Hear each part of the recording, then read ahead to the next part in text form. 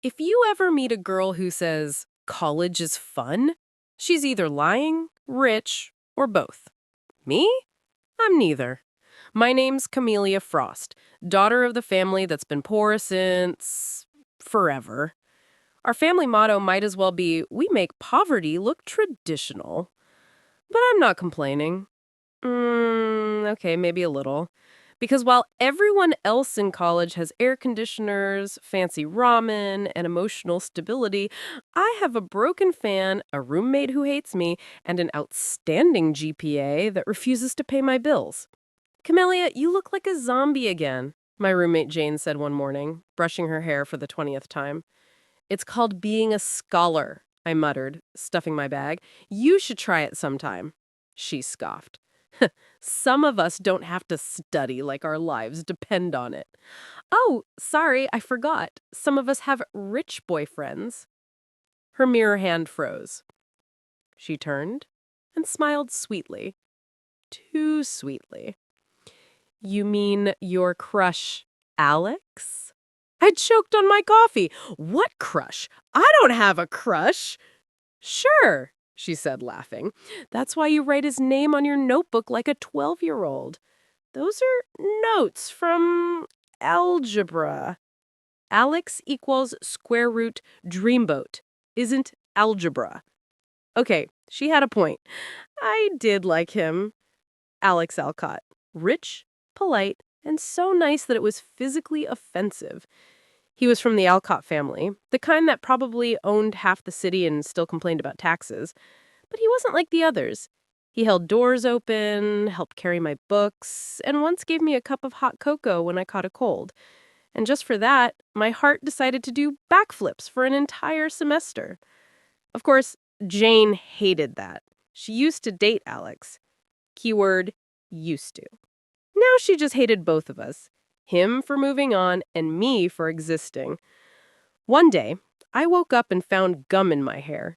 Not chewed gum, pink, fresh, strawberry-flavored evil. Jane! I screamed. She looked up from her phone, pretending to be shocked. Oh my gosh, who would do such a thing? I glared at her. You literally have gum in your hand. It's not gum, it's mint putty. So I took the gum, pressed it against her hair, and said, now it's a bonding experience. Let's just say from that day, our dorm became a war zone. She poured coffee on my notes. I accidentally swapped her face cream with toothpaste. She deleted my presentation. I changed her alarm ringtone to a screaming goat. We fought so often our neighbors started betting on who'd win next.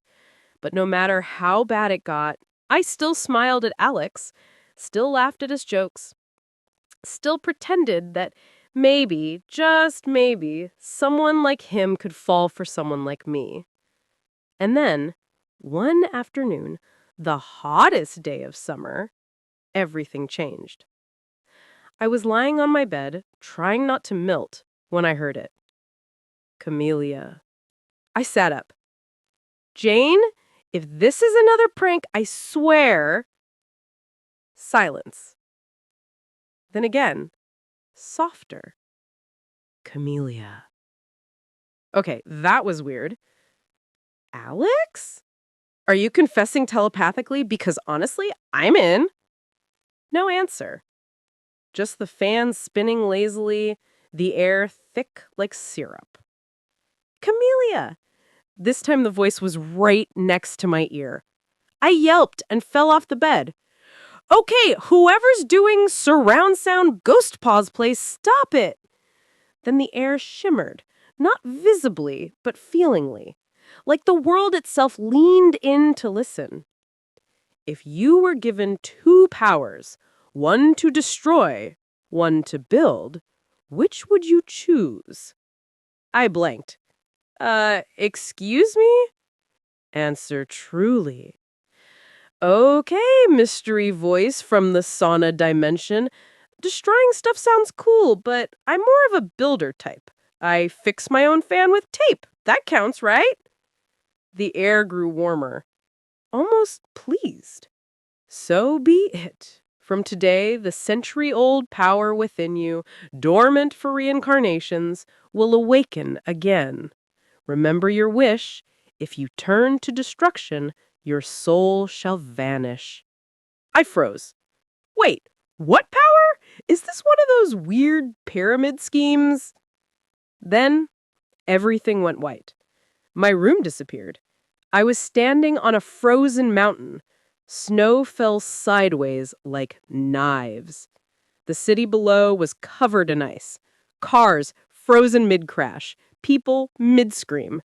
And in the distance, shapes. Moving. Crawling. And then come the zombies. They don't run. They don't groan. They just walk. Dozens of them, moving slow and heavy like statues learning to breathe. Their skin cracked and pale, their eyes glowing faint blue like someone put fireflies inside skulls of ice. They shuffle through snow deeper than houses, half buried, half alive. And the sound.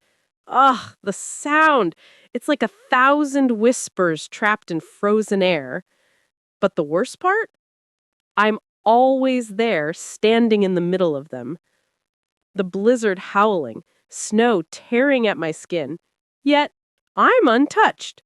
Their cold doesn't reach me. Their claws don't scratch me. They just stare. Like soldiers waiting for orders. And then I wake up. Heart racing. Sheets soaked. Fan dead. Welcome to my nightmare. I woke up screaming. Jane burst into the room. What's your problem now? Zombies, I yelled, clutching my blanket. In your dream? In the future. She rolled her eyes. Great, you're insane and poor. Then she left. But I sat there for hours staring at my shaking hands. Because deep down, I knew it wasn't just a dream. It felt real. Too real. And in that quiet night, when even the air stopped moving, I whispered to myself, what if the world really ends? And what if I'm the only one who can stop it? She stared at me. Okay, Elsa, maybe stop watching horror before bed? But I wasn't watching horror. Horror was watching me. You know those dreams that feel too real? Like you wake up sweating, heart racing, and your brain goes, congrats, that trauma was imaginary. Yeah, I've been having that dream. Except it's not imaginary. And it's the same every single night. The sky is black, the wind is screaming, the world frozen solid, like someone hit pause on life itself. Everything is buried under snow, even sound. And the temperature? Somewhere between unlivable and why is my soul shivering? Every night I die. Every morning I wake up alive. So, progress, I guess. Jane, I said one morning, half buried in my blanket, you ever dreamt of dying in Antarctica? She groaned, Camellia, it's 38 degrees outside. No, I mean really dying, like frostbite fashion show, end of the world kind of thing. Jane squinted at me. Did you sleep with the fridge door open again? I rolled my eyes. I'm serious. The temperature drops to like minus 78. The whole city's frozen solid. Jane laughed. Girl, you need therapy, not thermometers. But I couldn't stop thinking about it. So I told my classmates. Then my professors. Then a random tea seller. Then a police officer on traffic duty. I know. I sounded insane. But I had to tell someone. And the weird part? They laughed. At first. Then something changed. It started small. My classmates began buying winter jackets in June. Then people started stockpiling canned food, portable heaters, and blankets. Supermarkets ran out of salt. Construction companies started digging bunkers. And the police officer I told? He called me a comedian. The next week, I saw him helping build an underground shelter with his unit. I swear, I didn't tell them to do anything. They just did it. Like some kind of instinct took over everyone I talked to. At first, I thought it was a coincidence. Then one afternoon, I was walking home from the library when Alex Alcott, yes, the Alex, ran up to me, looking out of breath and suspiciously heroic. Camellia, Alex, what's wrong? Did you lose your golden spoon or something? He ignored the joke. Are you stockpiling? I blinked. Stockpiling what? Tears? No, for the cold. The apocalypse thing you keep talking about. I snorted. With what money, rich boy? We're dirt poor. I can barely afford toothpaste. He didn't laugh. Instead, he grabbed my hand, and I mean really grabbed it, and said, "Then how about I help?" For a second, my brain blue-screened. Did Alex Alcott offer to help me, the girl who can't even afford lunch? The world shrunk until there was only him. His breath uneven, the faint scent of rain on his jacket, the look in his eyes that said he wasn't joking. My heart started pounding so hard I thought it might escape through my throat. I tried to joke my way out of it by saying, "You sure about that? You might ruin your reputation hanging with the broke crowd." He smiled, small and a little nervous, the kind of smile that makes you forget how to breathe. Then it's a risk I'm willing to take. And just like that, my world, the poor, cracked, taped together version of it, felt like it shifted a little closer to something bright. I tried to act normal, to pull my hand away casually, but he didn't let go immediately. Instead, he looked at me the way people look at the horizon, like he saw something worth chasing. And I swear, if the apocalypse didn't kill me, that look just might. We walked the rest of the way side by side. Sometimes our shoulders brushed, and every time they did, I pretended it was an accident. He talked about logistics, trucks, supplies, heating systems, while I tried to remember how to speak English. By the time we reached the dorm gate, he smiled again and said, "You're not alone in this, Camellia." I wanted to say thank you or don't fall for the crazy girl, but all that came out was, uh, cool. He laughed, this warm, deep laugh that made my stomach do backflips. And I thought, great, the world's ending, and I'm falling for a guy who probably owns an apocalypse-proof yacht. A few days later, Jane caught me packing instant noodles into a cardboard box. She leaned against the doorframe, arms crossed. "So, the rich boy's helping you now," I teased. Her eyes flickered. Not angry, just scared. "Do you really think it's coming, the apocalypse?" she asked quietly. That stopped me. For the first time, she wasn't sneering. She looked small. "I don't know," I said. "But if it does, I'd rather be the crazy girl who prepared than the sane one who froze." Jane nodded slowly, eyes glassy. "Guess being crazy is contagious." And just like that, things escalated. 1 week before the date I saw in my dream, the entire university showed up in my village. I'm not joking. Trucks. Full. Of supplies. Jane was there too. This time with her new boyfriend, Noah, who looked like a refrigerator with feelings. When I saw her, I whispered, "So you finally believe me?" She sighed. "If I'm going to die, I'd rather die in an underground bunker with heating." Fair. When we reached my village, the elders looked at me like I'd brought aliens. "Camellia, what is this?" the village chief asked. Hi, Uncle Chief. So, funny story, I may or may not have convinced a few thousand people that the world's ending." He stared.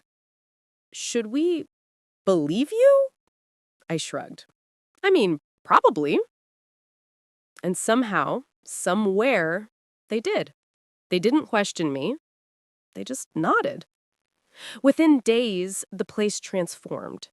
We built one massive underground bunker for the villagers, one for supplies and food, and several new buildings equipped with self-heating systems. Apparently Alex's idea. Bless that rich boy brain. Engineers came, soldiers helped.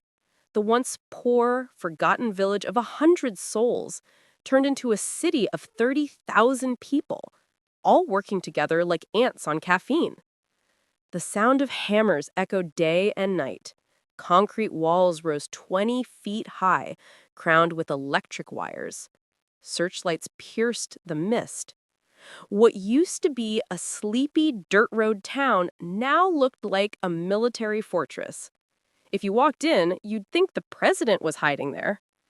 Sometimes I'd stand on the edge of the construction site, arms crossed, watching everyone move like they knew what they were doing. And I'd mutter to myself, I literally just talked. I didn't command anyone, right?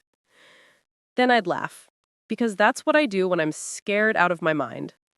The cold apocalypse, whatever it was only a month away.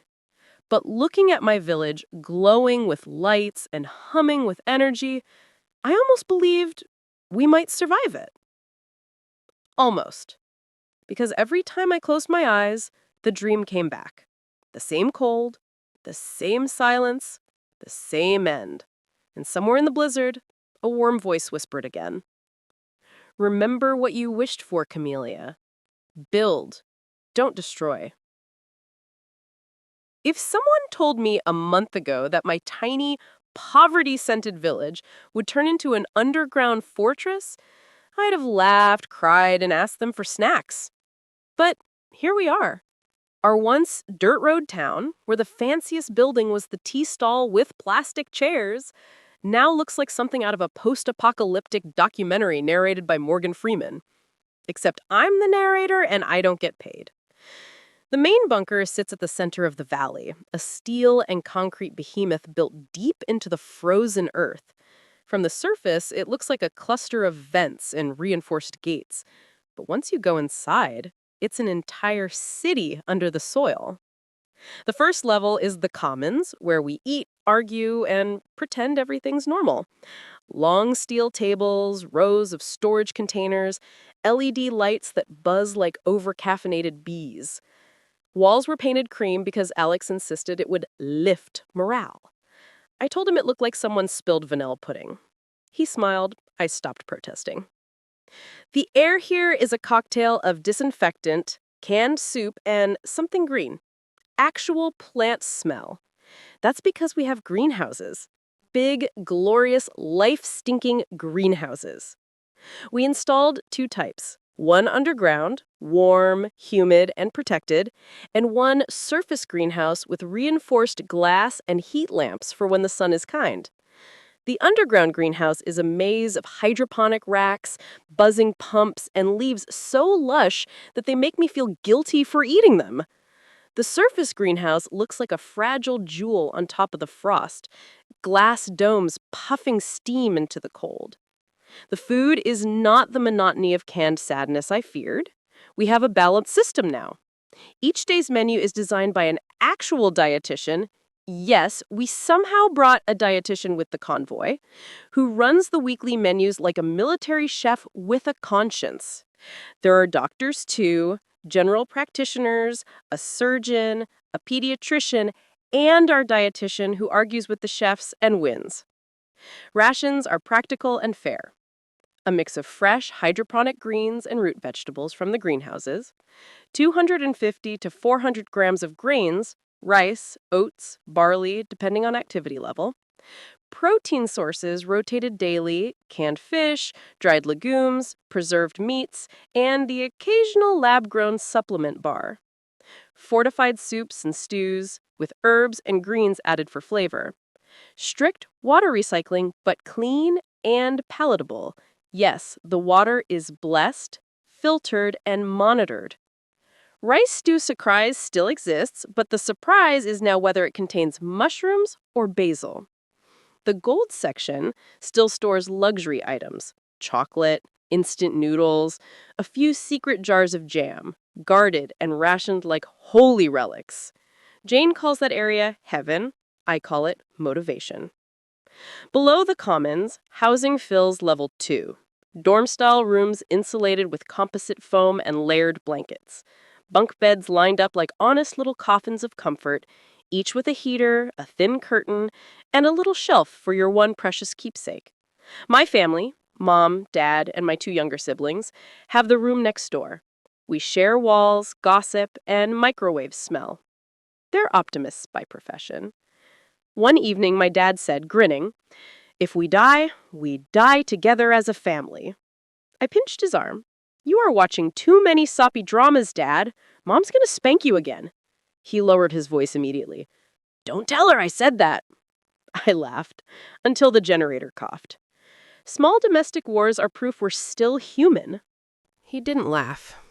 He just placed a warm hand on my shoulder, grounding me. And then he whispered, in that voice that made my knees weak, "After you heard the voice, I heard it too. It said I was your destined protector, your anchor." I blinked again. Wait, what? My brain tried to process this while my heart refused to cooperate. Then he added, blushing faintly, "Camellia, will you let me be your partner?" I choked on a laugh, heart thumping like a bass drum. "Holy shit, are you proposing? Whoa!" We both laughed, the absurdity of the apocalypse momentarily forgotten. And just like that, an unbreakable bond was forged. Laughter in the eye of a storm, hands brushing, and something deeper simmering underneath. "You are the manipulator," Alex said later, grinning at me like I was the most fascinating puzzle he'd ever seen. "If you focus on building, on constructing, you could become the ultimate manipulator. But try to destroy anything with that power and, well, it'll suck the life right out of you." I raised an eyebrow.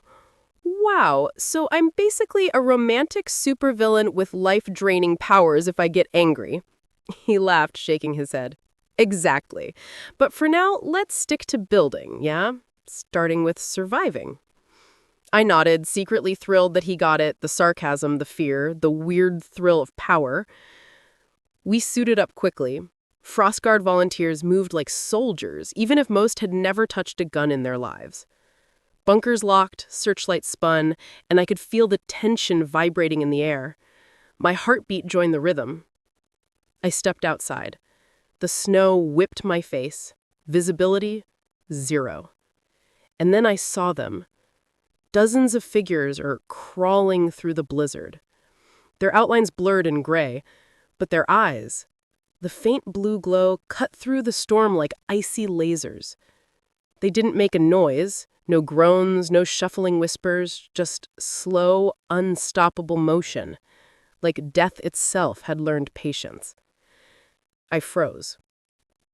Not out of fear, exactly. Fear would have been easier. This was awe, and something deeper. A strange, heavy responsibility curling in my chest. Alex's hand found mine mid-action. "We'll survive this together," he said. Together. Even saying it out loud made my chest ache. I nodded. The Frostguard opened fire. Not to kill. We couldn't aim for all of them. We used stun rounds, nets, and electric barriers. The first wave moved like a tide, pressing against the fences. The snow made shadows dance, creating illusions of double, triple the numbers. And then I felt it. That pull inside me, the power, the one I'd been told to build, not destroy. I exhaled slowly, almost afraid to trust it. I focused, concentrated. The snow around the zombies thickened unnaturally. A frozen wall shot up from the ground, splitting the front of the wave, pushing them back without harming them. Their blue eyes widened, just slightly, enough to make me shiver. Hours passed in what felt like minutes. The snow kept falling, relentless. The zombies pressed against our barriers, testing, probing. The frost guard held the line. And I built. Not walls of steel, not weapons. I built a shield of ice, sharp but unbroken, bending the storm to my will. By nightfall, the first wave had receded. Not defeated, but paused. And for the first time, I saw what my dream had been trying to show me. This was only the beginning. And as I looked at Alex, frost-laced hair, cheeks pink from the cold, I whispered under my breath, "If we survive this, maybe, just maybe, you'll still let me buy you cocoa." He grinned, that same impossible, small, dangerous grin. Only if it's hot. The snow kept falling, the blue eyes kept watching, and somewhere deep in me, a thought burned brighter than fear. I am the builder, and I will not let the world fall. After the reversal, the priority was safety. The once zombified villagers were placed in a separate quarantine bunker for 14 days. Doctors, volunteers, and Alex oversaw every step, monitoring vitals, checking for lingering effects, and ensuring no trace of the virus remained. 14 days passed. Every single one of them emerged human. Truly human. No more blue eyes, no more icy whispers. Laughter replaced the eerie silence. Tears replaced fear. It was miraculous yet exhausting. The following months blurred into years. 3 long years of relentless cold. Snowstorms, frozen rivers, blizzards that made the world feel suspended in ice. And yet, under my guidance, the village survived. We adapted, we built, we endured. Then, slowly, the frost began to fade. The air lost some of its sting. The rivers stopped cracking under ice. The world began to breathe again. I instructed everyone to stay in the safe house just in case. "Patience," I told them. "The earth is waking up and so must we." The day we finally emerged, the sun hit our eyes like a miracle we had forgotten. After years of white and gray, we saw color again. Gold, green, brown. Life. The work wasn't over. Supplies had to be moved from the bunkers to the new safe house. Every step was careful, every crate measured. But the ice had softened, and for the first time in years, the journey felt hopeful. Then the flood came. Water, thawing from glaciers and blocked rivers, began rising fast. We could see it lapping at the edges of the old bunker. Panic didn't have time to settle. We moved faster. Everyone worked together, carrying, lifting, running. The safe house became a beacon, the only dry ground in a slowly drowning world. And as we reached it, gasping, shivering, drenched but alive, I looked around. The white planet we had known for years was starting to turn green again. Life was returning. Slowly, but undeniably.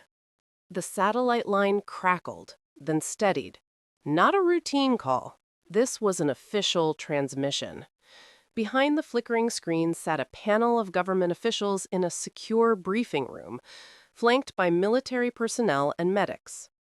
"Camellia Frost," a sharp voice began, "this is the Ministry of Emergency Affairs. Are you speaking on behalf of the settlement in the Northern Valley?" "Yes," I said, heart pounding. "Speaking on behalf of all 30,000 survivors. State the current population and confirm the health status. Any casualties? Any infected remaining?" I nodded toward Alex, who tapped the communication pad.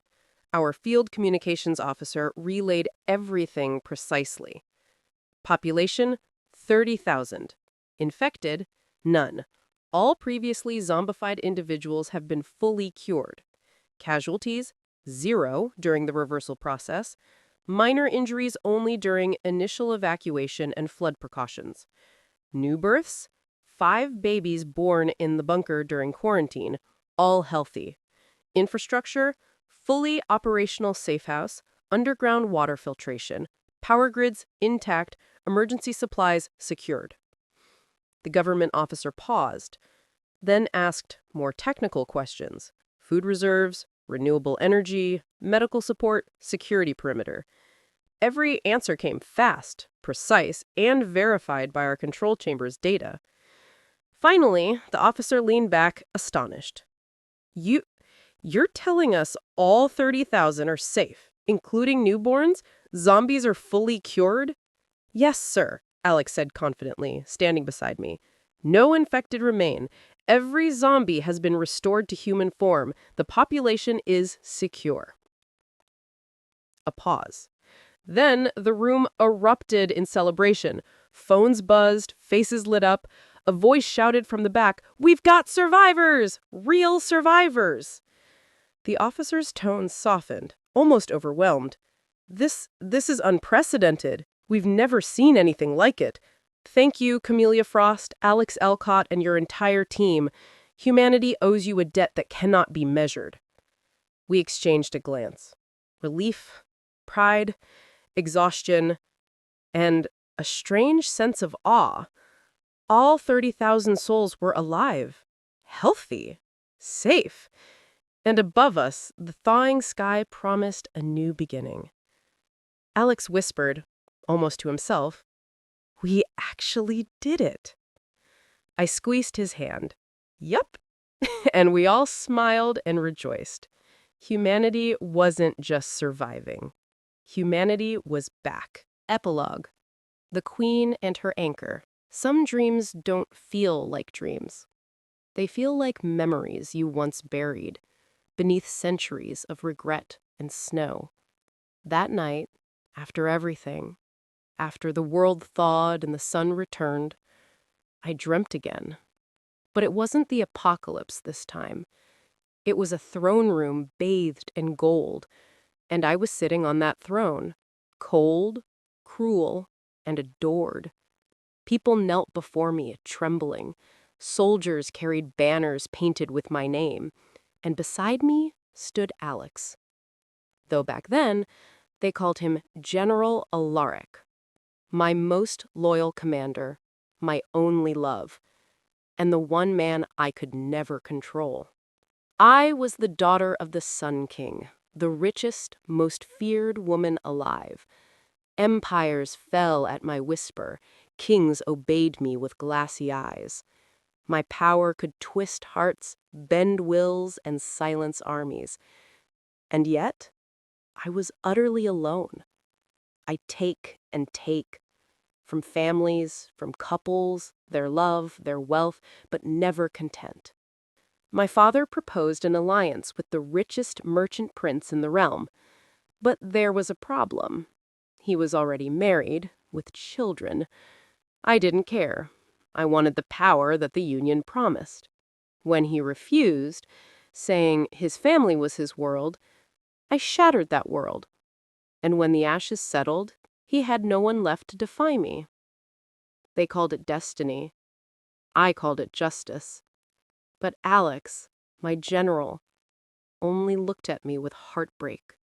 He bowed with heartache, steady even as sorrow trembled beneath his calm. He was the one soul I could never bend, and I mistook that for loyalty, not love. The war came, the great war of the century. My armies, once endless, fell one by one. Cities burned, fields turned to ash, and with every life I ended, my power drained me further. Until one day, I collapsed on the battlefield. Alex caught me before I hit the ground. "Your Majesty," he whispered, his voice shaking. "Let's flee. We can still live." I laughed bitterly, blood spilling from my lips. "You should resent me, General. I killed thousands. Children, innocents. Even you should hate me." He looked down at me with those same steady eyes. "I am your anchor, my queen. How could I ever leave you?" An arrow struck him before I could answer. through the heart. He fell against me, bleeding, still smiling. And I finally understood love, only as it slipped from my arms. His last words were soft, warm, and forever branded into my soul. What's the point of a life without my queen? We died together, entwined, cursed, forgotten. I woke up screaming.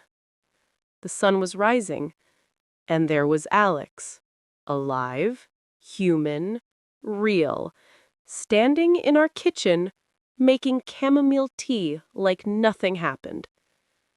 I ran to him, wrapped him in my arms, and cried like a child. "Camellia?" he murmured, confused. "What happened, baby?" I looked up at him, my heart shaking.